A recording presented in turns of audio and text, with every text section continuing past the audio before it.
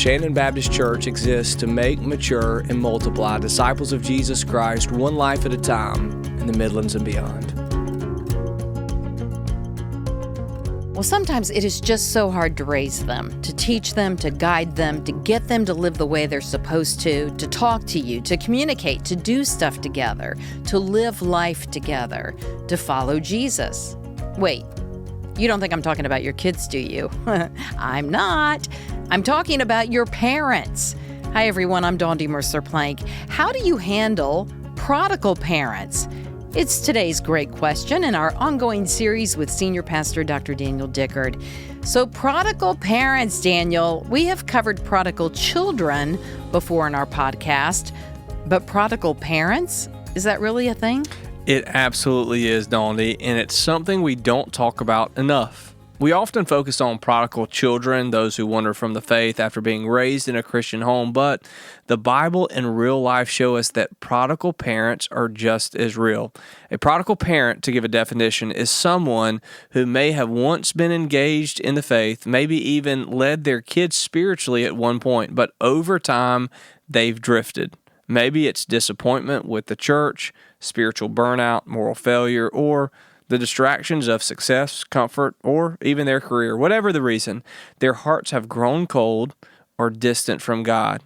They may still claim Christianity, but there's no real fruit, no active pursuit of Jesus. And yes, that can deeply impact a family, just like a prodigal children does. So sometimes adult children watch their parents drift from the faith they once taught. Imagine the reversal: a son or daughter now burdened over a parent who no longer prays, attends church, or seems interested in the things of God. It's disoriented, but it's real. It happens all the time. But the good news is the gospel is for prodigals of every kind. Not just sons or daughters, but also for moms or dads. And the same Father who ran towards the prodigal son in Luke 15 stands ready for the return of any wandering parent. God's grace is not age limited. His arms are just as open, Dondi, to the 60-year-old as they are to the 16-year-old. So what can we do if we're watching a parent wander? A couple things as we get started, just very practical. First, don't give up. Keep praying, keep showing grace, keep living out the truth with humility, and remember, God is always working, even if it doesn't seem like it on the surface. So, yes, prodigal parents are real, but so is a God who never stops pursuing them, regardless of age. And I can think of so many people I know in that age category who may have gone to church as a child, even professed a faith in Jesus as a child, and then stepped away from it later in life. And then there are those who never grew up in the church, never knew anything about it, and come to Christ later. My dad being one in his 60s, and I've shared that before, and just what a huge answer to prayer that was. For someone who has that church background, though, and then walks away from it, and a child is watching that parent, I'm curious, what is it? Why is it somebody who has grown up in the church walks away from it? I get why younger people are the quote-unquote prodigal children, because the world is pulling at them. But when you get older, you think you get wiser, and yet you do see people walk away from their faith. Yeah, I think there are many reasons, Donnie, why people walk away from their faith. At a younger age, I think that oftentimes it's temptation. Sure. And a lot of times it's related to desires. But I think as we get older, it moves from temptation to distraction. I see more people who walk away or drift, if we could use that word, from their faith because they get distracted by other things. A lot of times they are good things. We say that an idol is anything that we look to give us what only God can give us. Idols are substitutes. They're cheap substitutes, but they're substitutes. And an idol can be a good thing that we put in the wrong position that becomes a bad thing. So as you get older, a lot of times in many people's, this isn't always the case, but sometimes you have more resources.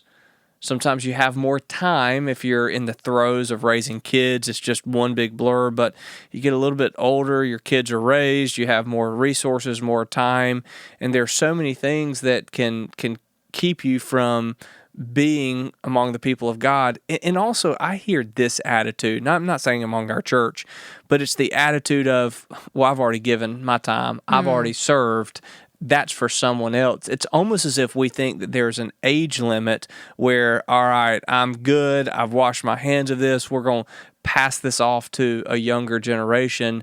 But we never retire from serving God. We can retire from our careers, we can retire from our jobs. We never retire from serving God. So for young people, and I'm speaking in very broad brushes and generalizations here, but if for young people the problem is temptation, I think for those who are older and more mature, the problem is distraction.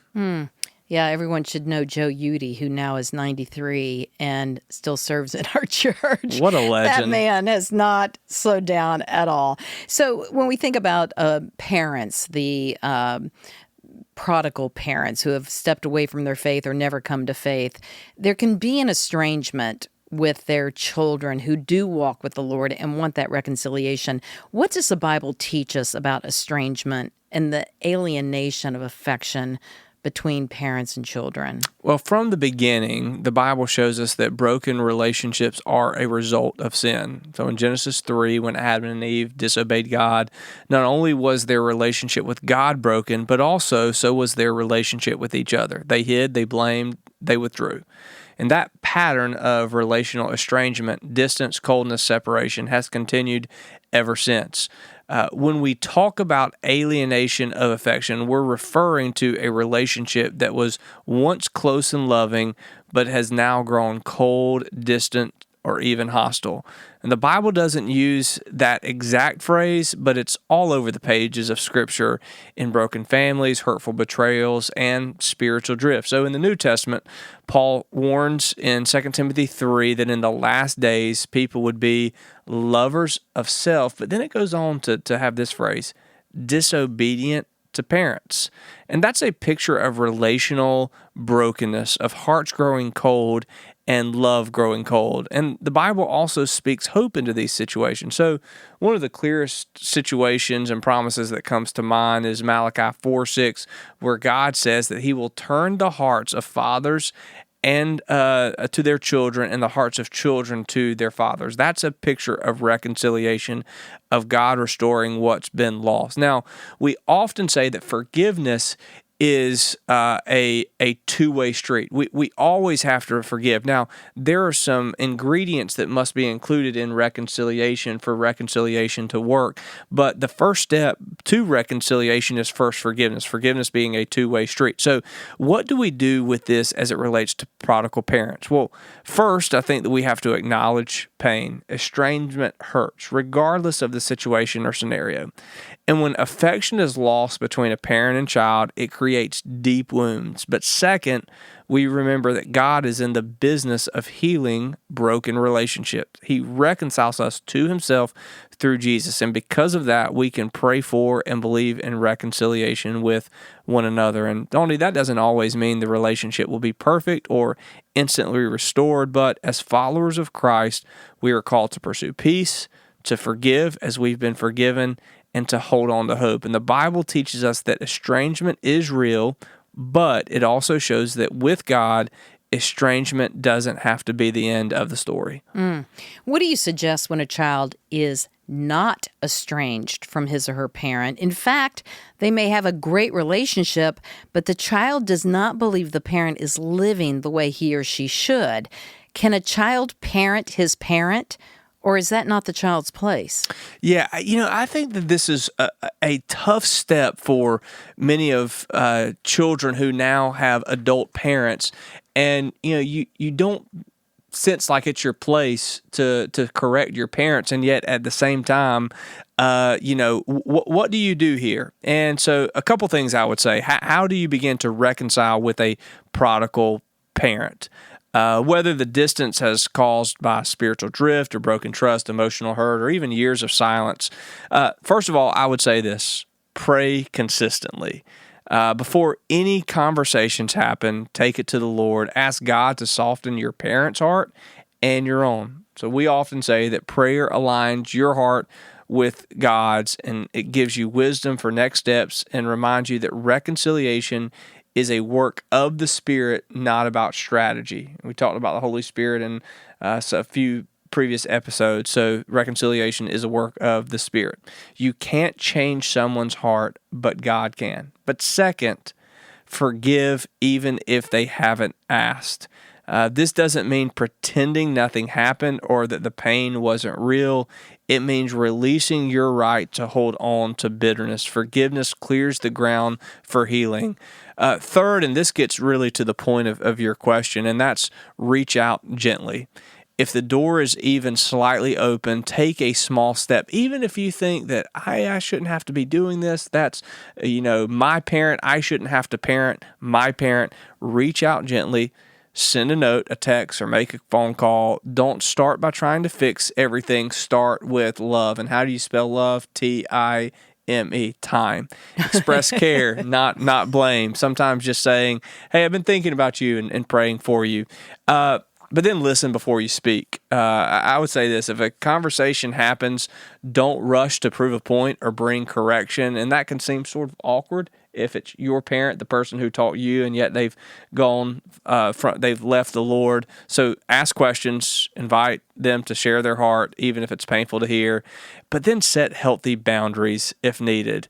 And this is the one step that I think is hardest if you are a child who has an adult parent who parented you, is setting those healthy boundaries. So reconciliation doesn't always mean returning to the same patterns.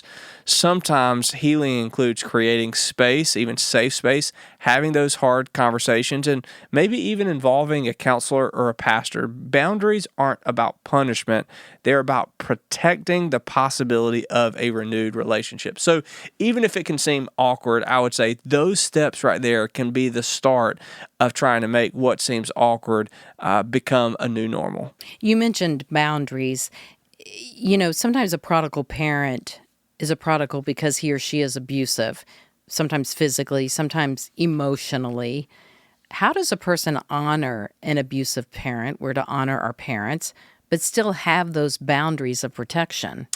Well, I would say for those listening today, this can be a very real and raw topic. So I'm going to paint in some broad strokes here, but I would just say I want you to know that on the podcast, we are praying for you. If you've been through any type of abusive relationship, and that gamut is very wide, and what we can mean by that. But a couple things that I would say is this.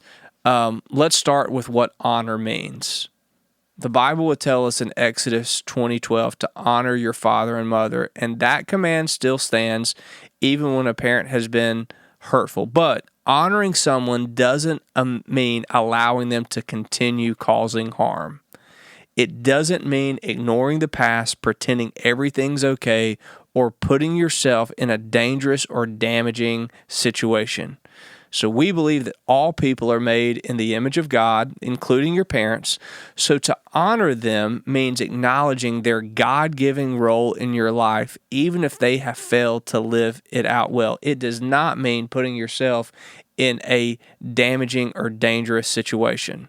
And honor can be shown through forgiveness, through prayer, and choosing not to retaliate or speak with bitterness. But honor doesn't mean enabling abuse. And I just repeat that again. It does not mean enabling abuse. So Jesus calls us to love others and to walk in truth. And as we talked about earlier, Dondi, these healthy boundaries, that means setting healthy boundaries, which are not acts of rebellion, they are acts of wisdom. If a parent is emotionally, physically, or spiritually abusive, it is not dishonoring to create distance, limit contact, or involve professional help. In fact, doing so can be a way of honoring God by protecting what He values, your safety, your dignity, and healing. So boundaries aren't barriers to forgiveness. They are a framework in which forgiveness can breathe and grow. And you can forgive someone in your heart and still not allow them full access to your life. That's not hate, it's wisdom. That's why Romans 12:18, this is a key verse that I think everybody needs to memorize. It says, if possible and up to you, live at peace with everyone. There are two qualifiers or two conditions there, if possible and up to you.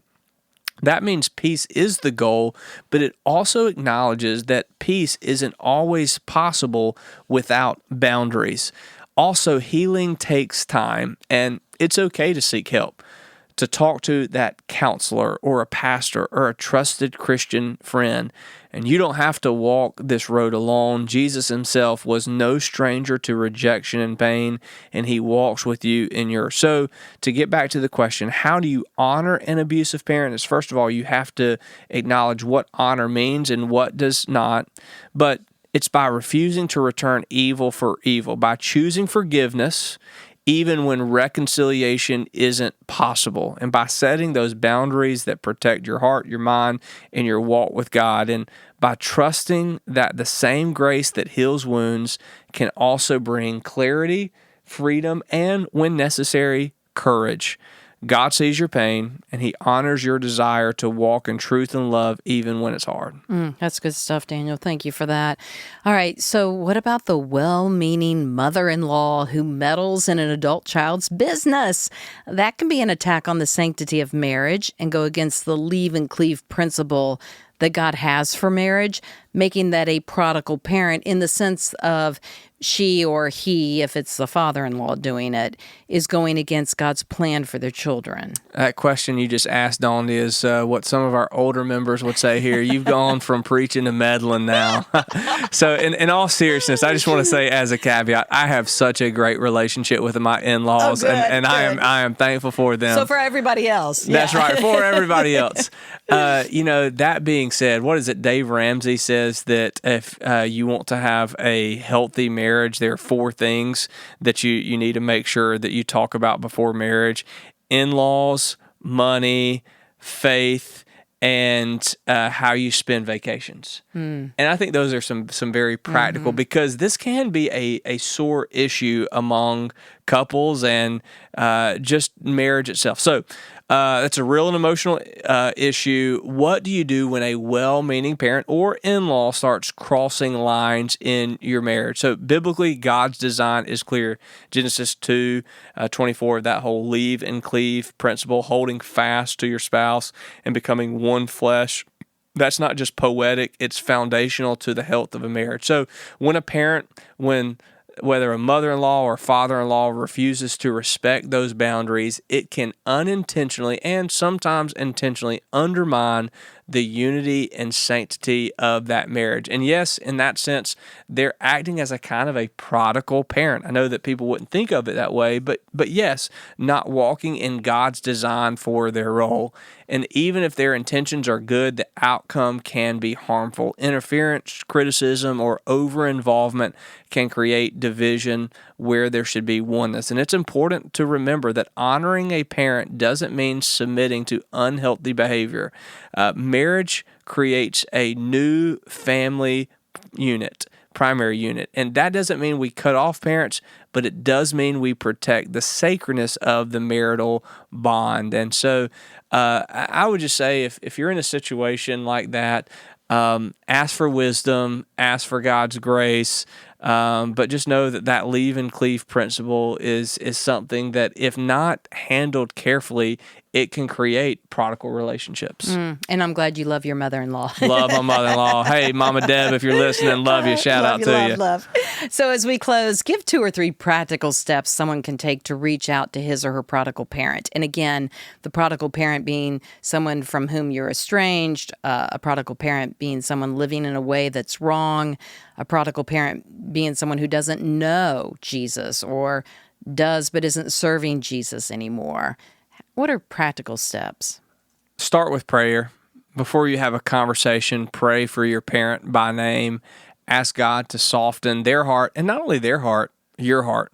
Pray for wisdom, timing, and grace. I think prayer invites God into the relationship before you try to fix anything on your own. After all, we can't fix people, only God can. Number 2, reach out gently. A note, a message, or a short call can go a long way.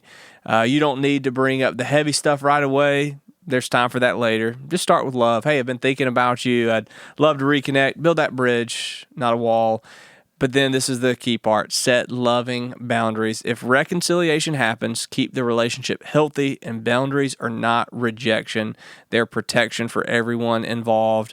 You can honor your parent while also honoring your marriage, your healing, and your walk with God. And last thing, remember, God is in the business of restoration. No one is too far gone, not even a prodigal parent. Keep loving, keep praying, and trust God with the process. I said we were going to close, but during this podcast, you mentioned counseling and the need for counseling. You mentioned that a couple times. Last month in our church service, you announced about the new counseling service we're offering through Shandon Baptist Church. For those listening, especially those who may not be members of Shandon, can you explain that and what's available? Yeah, we've had some generous gifts that have been given that fits into something we call our 10 by 2040 plan. One of those 10 goals by the year 2040 is that we would have our own counseling center. There's just such a great need in our community, and we thought that this might be years away, but because of those generous gifts, we're actually looking at a timeline of maybe 18 to 24 months from now, the time of this podcast release, where we'll have our own Shandon Counseling Center, which would be its own independent entity that is connected to the church, where we have an executive director, where we have board members who are part of the church that are setting the direction and the policy of this counseling center, where we're hiring professional counselors who are going to counsel from a biblical worldview. And so those who can help prescribe and who meet all the licensure requirements of the state, and yet at the same time they're counseling from a biblical worldview. And that type of professional, caring counsel is needed in a world full of mental health struggles and a world that is just full of all the chaotic situations. So stay tuned. Shandon Counseling Center will launch in the very near future, and I'm really excited what God's going to do with this ministry. He'll use it, no doubt. Thanks, everyone, for being with us today. Be sure to tune in to next week's great question. Does the biblical account of creation oppose science? For Shandon Plus Podcast, I'm Dawn D. Mercer-Plank. And I'm Daniel Dickard, Senior Pastor of Shandon Baptist Church. Signing off. We'll see you next week.